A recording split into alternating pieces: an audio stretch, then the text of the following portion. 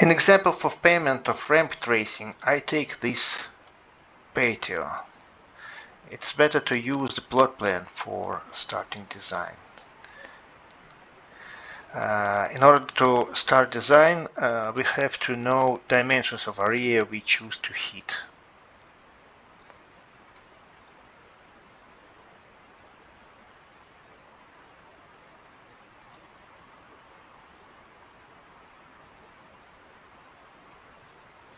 We see it is 3 to almost 9 meters.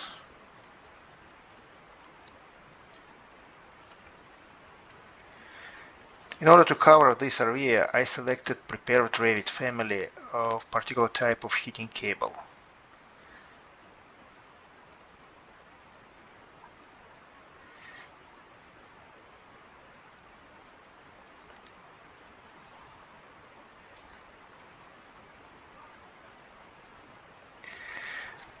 This family has appropriate properties like wattage, overall wattage, wattage per meter, dimensions, and length of heating cable, startup current, and operating current. I can arrange this family to area I manage to heat, like this. I can immediately see the property of this circuit, like length of heating cable, the other dimensions.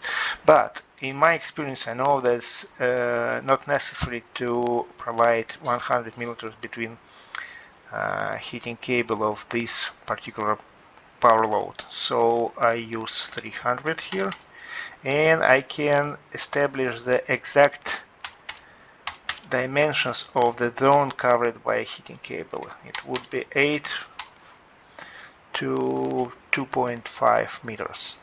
Okay, looks like this. I can slightly arrange the distance between heating cable, not 300 but 250. Okay, yeah. So checking the overall parameters of this heat tracing circuit, I see that it's contained 57 amps. So starter current is too high, about 50 amps. In order to decrease the circuit breaker rate, I should split this circuit into two equal ones.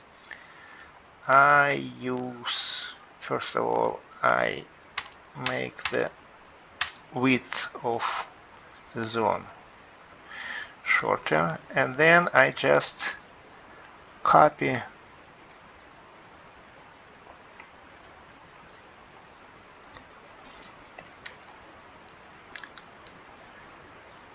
make a copy of this heat tracing circuit, like here. I can move it slightly.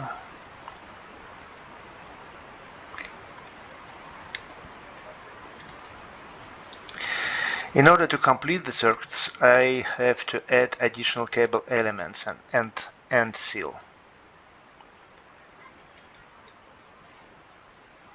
So I have to stretch heating cable here and put end seals on the end of the heating cable. First of all, I use end seal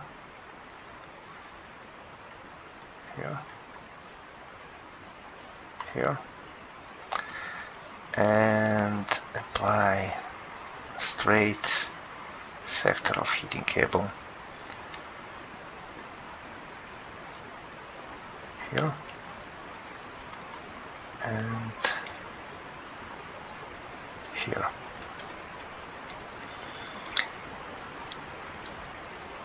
Need to mention that it works for self-regulating heating cable. In the case of constant wattage cable, no end seal is needed, as we would have to close the cable loop to the junction box. Yes, junction box.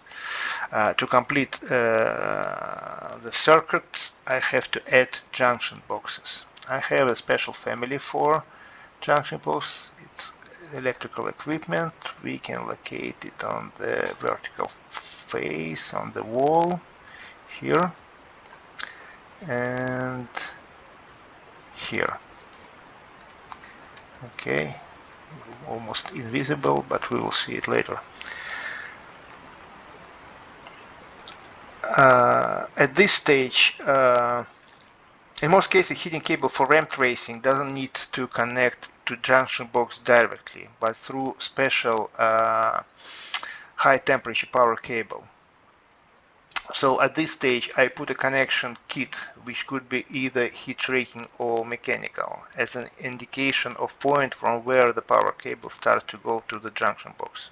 The power cable could be shown here by means of appropriate Revit conduit family later on.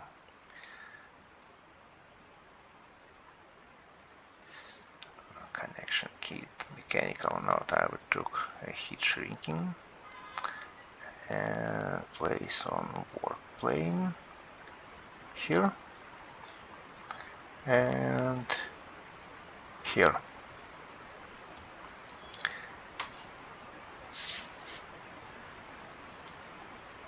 Okay, so we have a almost completed heating circuit.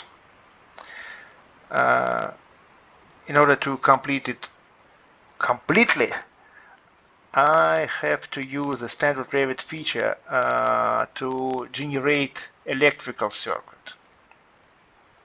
So first of all, I acknowledged each of junction boxes for different electrical parameters. So I set up a distribution system. I set up the name of the junction box. Let it be 100 or 1001. Okay, then I have to set up circuit naming. Let it be as a panel name. Panel in this case means junction box. Put a separator. Okay, what else? Panel name.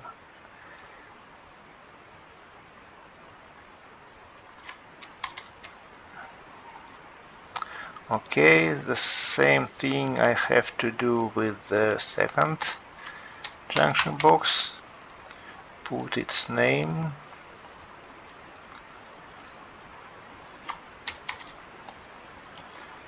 Set up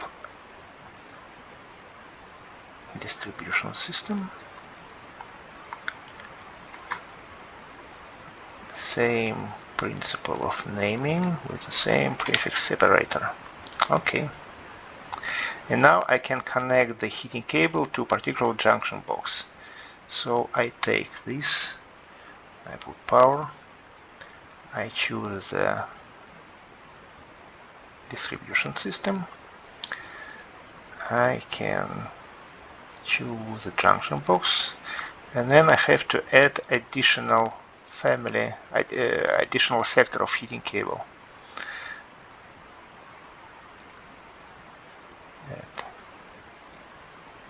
Ready. Good. So I can see that for this junction box we have the overall 4.5 kilowatts of heating circuit. Same things I can do for the first circuit.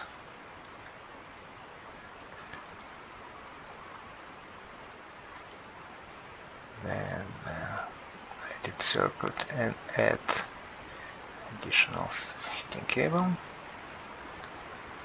Okay.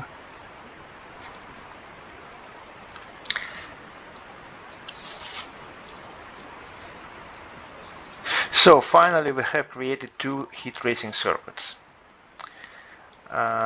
We can check how it looks like on the 3D. And we see that these two boxes located too low, so we can put it, let's say, on the 500 millimeters above the pavement. Oops. One and the second one.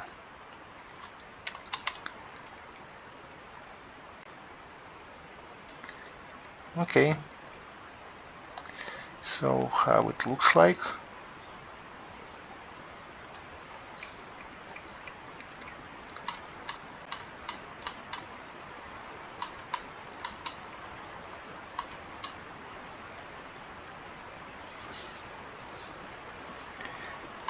Okay, so we did so. Next step is heat tracing design for roof as rainwater drainage system. Oh yes, before I start for roof heating, I have to mention that the heating cable family allows us to stretch it to the length we need to provide in particular design. And the second feature for junction boxes we apply to use, it allows us to choose the number of cable glands exactly as what we needed for particular circuit. In this case, we need to use two glands, one for incoming cable from panel to the box and another one from junction box to heating cable. So if we choose this box, this feature, we can leave only two, let's say, two lower cable glands. So we can choose gland bottom left and right, and the rest we can switch off. Yeah, for this one and for this one as well. Oops. Properties, second one. Done.